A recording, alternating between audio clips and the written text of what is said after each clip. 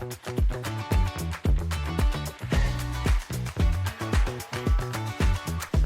morning, good evening, good afternoon, whenever you are watching this. Welcome back to the Knowledge Economist podcast.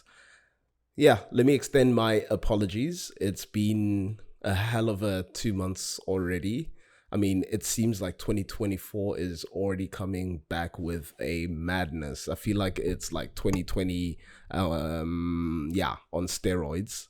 And just trying to figure out ways to kind of roll with the punches because it's starting to seem like the world is going through like a weird regeneration process, and I guess it's something that we kind of have to learn to respond to, and every day feels like a new challenge of like the past versus also trying to articulate where the future is going, because we're seeing a lot of like disruption in the world with all the wars that are going on, like in Ukraine and the whole Israel and Palestine thing that's going on at the moment. It's really hectic and it's really deeply upsetting, and it's really, the world is going through a really, really tough moment at the time, like at this present time. And we all kind of have to figure out a way of being strong and being there together. And it seems like from my immediate ecosystem, like, and the murmurs that I've kind of heard in and around is that like the word that is really bleeding through in conversation is humanity and being human, because right now it feels like we're all very detached from each other's lives in some sort of way. And I mean, these things themselves, like our phones, get us trapped into like this world that is not actually, yes, it exists because there's somebody else on the other side of that. However, like, we must not ever forget that there's actual humans behind these screens, and what's really important is that like we need to get back into touch with our humanity and like our human side, and start looking for deeper connections with the people and the ecosystems around us, and like start building community in and around the environments that you're at, and I think the most important thing for me is, at the moment, something that I've noticed about myself is that I expose myself with a lot of impact driven people, and whatever that may be for you, for me it is described as like somebody who's trying to drive positive change and like craft a new narrative for the future, with also taking lessons from the past and seeing what has worked and what hasn't worked, and also considering the kind of life that you actually want to build and see the world to be, because at the moment it seems like like the world is very unstable. Like all of the institutions that we so heavily relied on in the past have, like we kind of looked under the bed of those institutions, and it seems like they were already on some weak and, I guess, unstable foundations, and what's really difficult is that we invested so much time, effort, and energy and belief in those institutions for them to let us down. And right now, like, it seems like the world is extremely, extremely young at the moment, I mean, we can speak for like the quote unquote third world. Like, most of the world's populations are actually located within there. So what's really going to be important is that if we're really going to start crafting the future, it has to come from the people that are from those worlds, because they are the people that are actually going to be living in these worlds, in this world for many years to come, So like I think that's also like leading into something that I also wanted to talk about, especially when it comes to my immediate ecosystem. Let's talk about South Africa as a whole.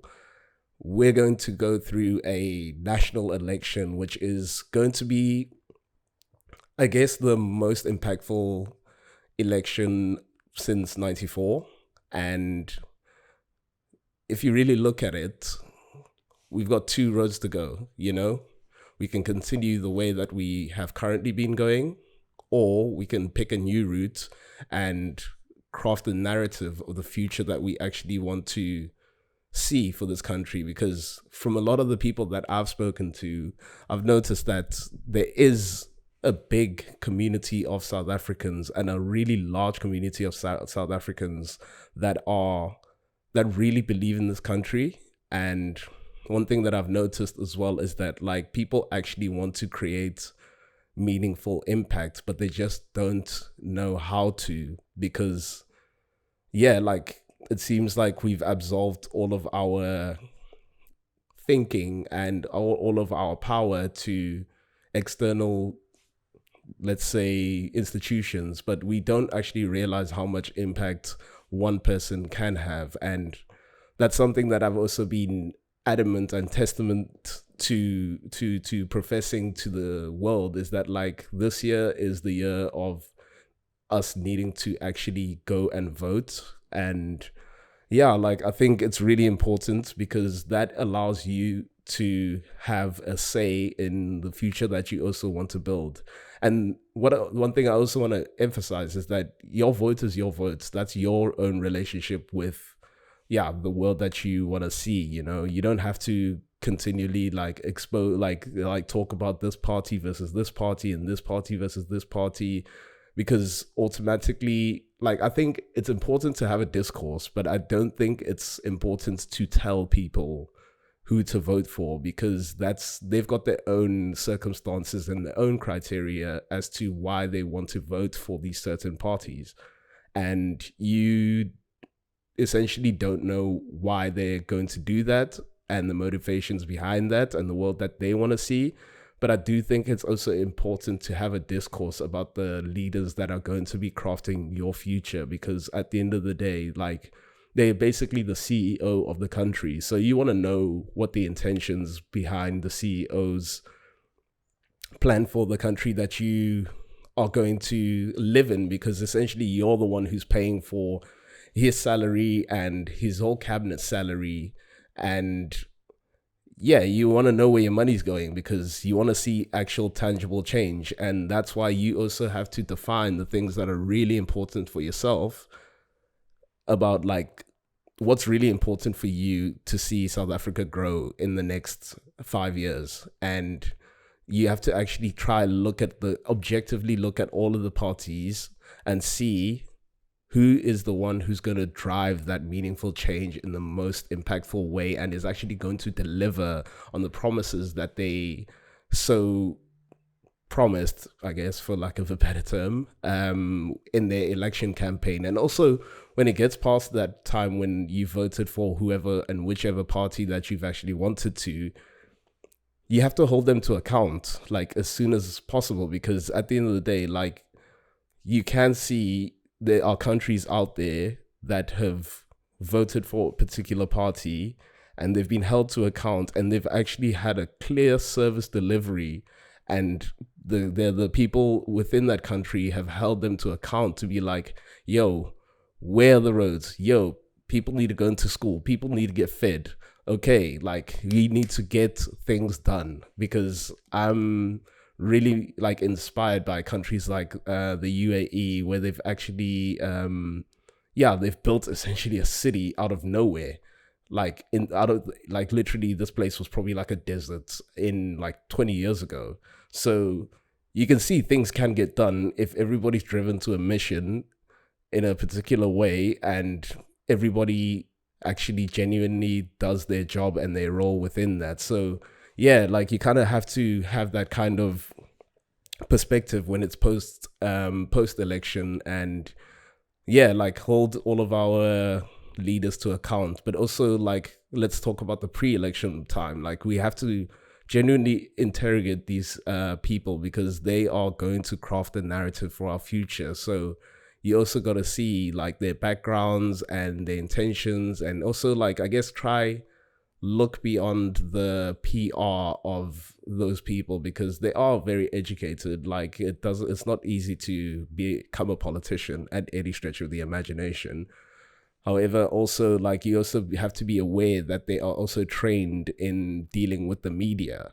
and you have to actually see what they're actually saying, but also what they're not saying either. But that also is a skill that you have to learn by virtue of, like, I guess, reading and also like watching a lot of their interviews, because that's when you'll get to see like the types of questions the interviewer is actually going to ask them and interrogate them with. Because yeah, like you have like a spectrum of journalists that you have, but this person might be a softball journalist who likes to ask like just general like random questions here and there. But then you can have like a genuine, like a well-read journalist who will deeply interrogate everything that you have said and your past and all of that kind of stuff, and actually ask you a direct question where you need to be able to account for the fact of what you are promising. And that's why I'm still gutted about the loss of Eusebius McKaiser, because he was definitely a journalist that I really looked up to, and he was genuinely like a very ballsy character, because he doesn't take any boop from any journalists, from any politicians. So he'll ask you a question directly, and he's extremely intellectually well read. You know, like I think he studied at Oxford, and yeah, like he was a professional, like when it comes to debating and stuff. So on the base level of things, he knows how to structure questioning, and also do his research about these people, and also like put them to the fore and put them to the sword when it comes to actually interrogating their manifestos and their promises and their service deliveries and all of that kind of stuff. So yeah, rest in peace to Eusebius McKaiser. He was a really impactful journalist. But then yeah, just going back to it, yeah, like you also got to look into their cabinet and like see who are they going to procure for these types of roles and stuff, and have they got a track record of delivering on projects, you know, because we are in a growth spurt as a country, but the level of growth that we have had has stagnated a lot over the last 10-15 years.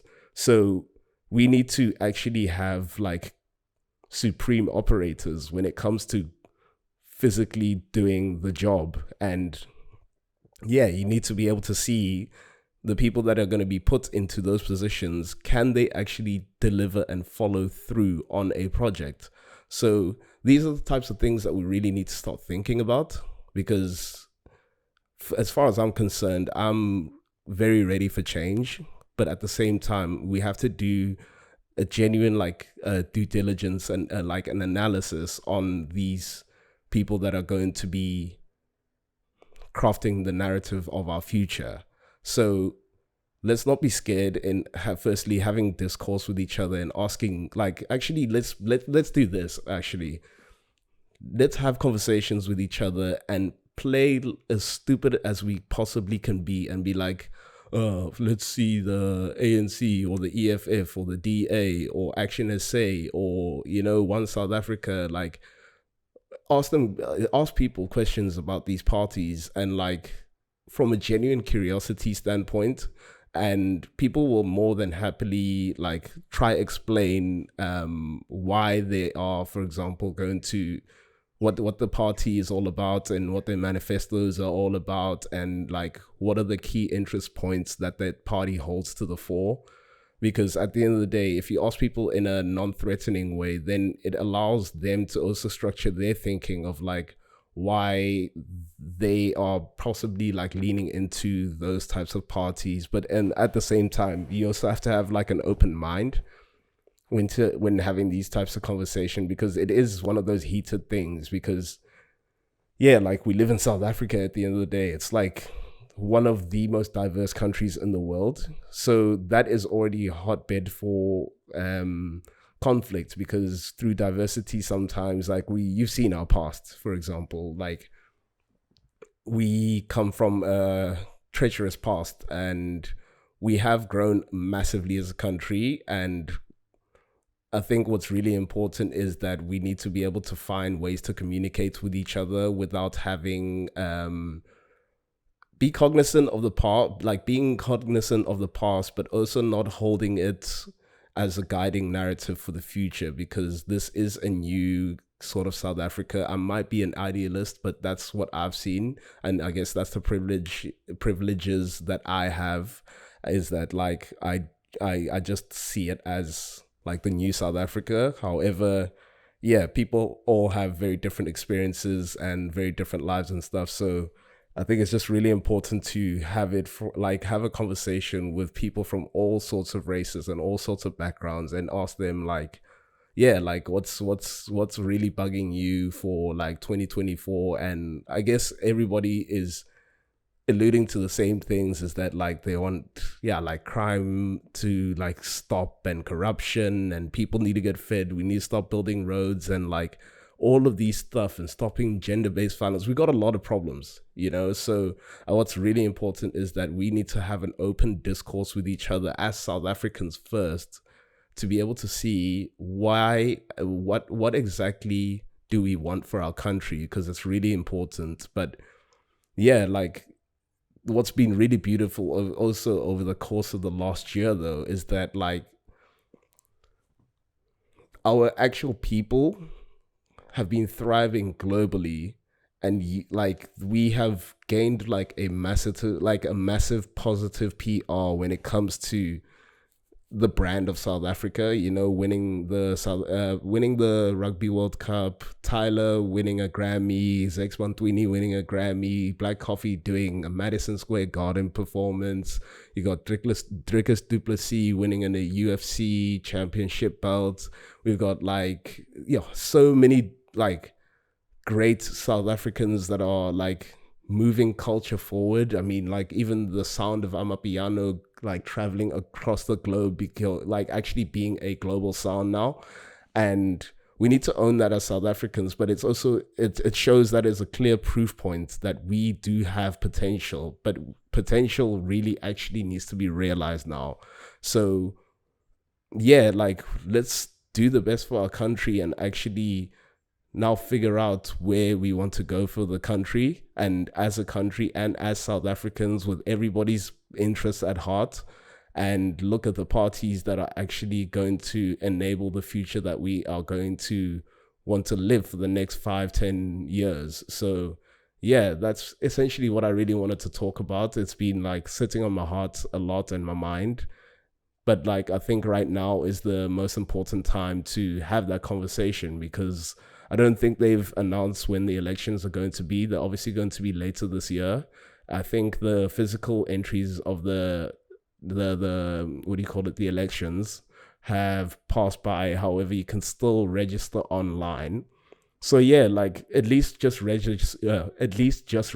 Because I think as young South Africans, there is, if I'm not mistaken, around 10 to 13 million unregistered voters, and basically 99% of that group is literally young voters. I don't know if I just repeated that, but yeah, like I feel like we can't get ourselves into a position where we absolve the one basic human right that we do have as a positive enabler for change, is literally going to vote. It's literally registering and then going to a place and marking X. You know, it's actually very simple, you know. So by virtue of us getting lazy in not doing that, and then we have the nerve to complain about where our country actually is going, is, yeah, it's like a backwards argument. So yeah, let's just go register to vote. It's really important for us to do that now. And yeah, let's craft a new narrative for our country.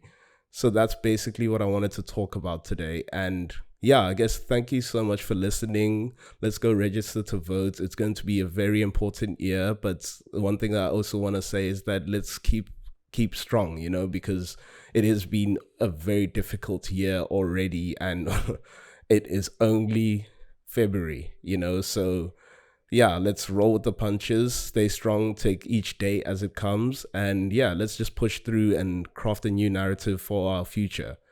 Thank you so much for listening. This has been amazing. And yeah, like I'll catch you on the next episode. I don't know when that will be, but I'm gonna really push for consistency again. I just needed to get the foundation of my life sorted. And yeah, we're gonna move forward as a country, as a people, and as yourselves. Thank you for listening. Ciao.